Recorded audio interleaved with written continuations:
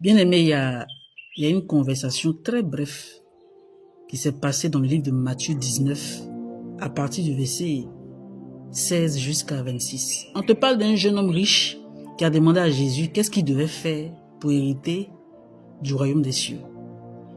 Quand tu vois un peu cette question qu'il a posée, tu sens déjà en lui qu'il y avait un manque. Parce qu'on te dit dès le début, un jeune homme riche.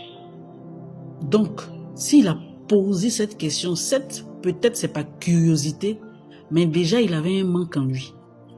Écoutons la réponse de Jésus. Jésus qui lui dit, pour hériter du royaume des cieux, là, il faut vendre tous tes biens, là, et puis tu vas donner ça aux pauvres, ils vont se prendre pour se défendre là-bas.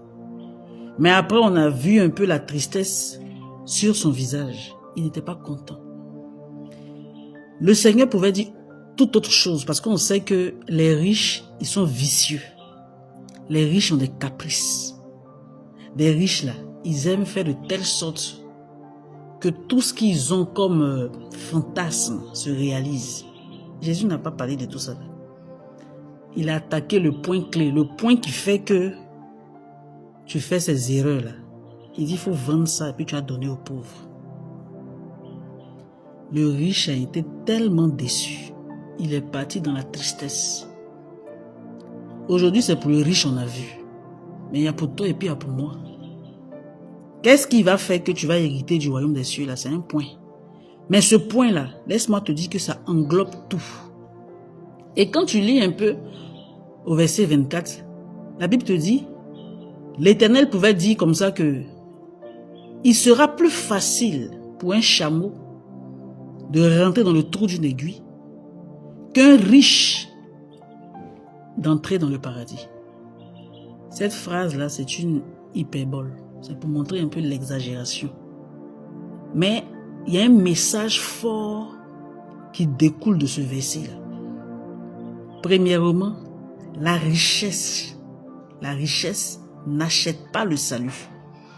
Et deuxièmement, l'attachement excessif des biens matériels peut être un obstacle pour la vie éternelle. Sinon, richesse elle-même, là, c'est pas mauvais.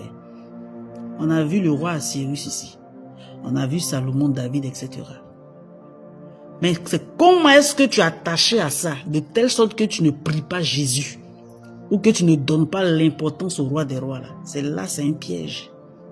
Sinon, Salomon était riche, mais il adorait l'Éternel.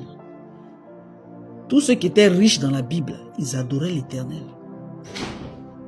Mais si ta richesse doit te faire perdre la tête, à telle enseigne que tu penses que tu peux payer le royaume des cieux, ou tu peux ajouter une coudée de vie à la durée de ta vie, c'est là vient le problème.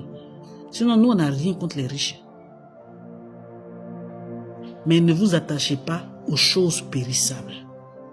Dieu te bénisse.